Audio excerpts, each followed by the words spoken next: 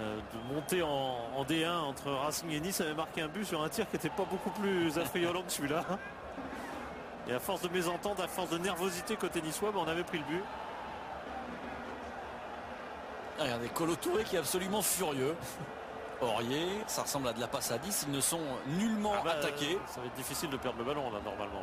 Parce que regardez les Camerounais, il n'y en a pas un seul dans la moitié de terrain adverse. Et les Ivoiriens sont 6 pour faire circuler. Ils devraient y arriver. Normalement ça devrait aller. C'est pas du goût du public, j'ai l'impression. Non. Pas du tout. Non, mais ce spectacle, 3 minutes de temps additionnel. Oui. 3 minutes de ce que nous sommes en train de voir, Philippe, résume entièrement les enjeux de ce match. Oui, et puis résume cet état d'esprit résume que l'équipe de Côte d'Ivoire est très fébrile. Ouais. Elle n'a pas été sûre d'elle pendant toutes ses qualifications. Elle a souffert tout du long.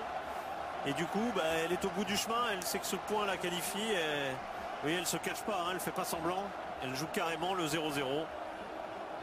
Alors son public va sûrement pas apprécier. Ça va sûrement être diversement apprécié du côté d'Abidjan, il n'y a pas de doute. Ça va être très commenté. La presse ivoirienne est très colorée, elle a un langage très fleuri. Elle n'a pas hésité à en parler beaucoup. Ces derniers jours, on parle beaucoup de Cannim après tout, qui ressemblait exactement à ça dans sa seconde période. De la même manière, il y avait un intérêt commun.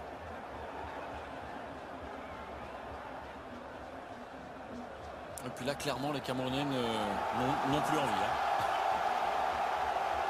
Et c'est Kolo qui en assume complètement la responsabilité. Vous avez vu, c'est lui qui a montré à tous les autres, stop, on ne joue plus, on joue avec le gardien et autres. Kolo a l'ossature pour endosser en quelque sorte cette pression vis-à-vis du public. Montrer que lui assume complètement ce calcul en homme d'expérience du haut de ses 34 ans. Regardez, Hervé Renard qui fait il sait que le match est fini. Voilà, il préfère regagner les vestiaires. Est-ce qu'il désapprouve? Est-ce que c'est un geste pour désapprouver ou est-ce que c'est un geste pour dire bon c'est fini? Je ne sais pas. C'est très intéressant ce que l'on voit là. C'est peut-être ce qu'on a vu de plus intéressant en 90 minutes là, ce qui se passe actuellement. Psychologiquement, il y a une vraie interrogation.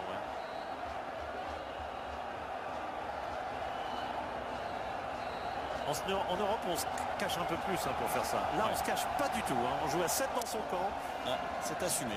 Ah oui, c'est complètement assumé et endossé par Kolo Touré. Voilà, le tableau qui est provisoire. On peut considérer qu'il est définitif. Oui, à part si la RDC se fait égaliser, mais ici il n'y aura pas de but. Ça, je vous l'annonce tout de suite. Non, mais dans l'ordre, je peux vous dire que ça ne bougera plus. Non. Clairement. Ouais. Je pense que M. Bouchaïd pourrait peut-être même anticiper sur son coup de sifflet final. Ça se fait.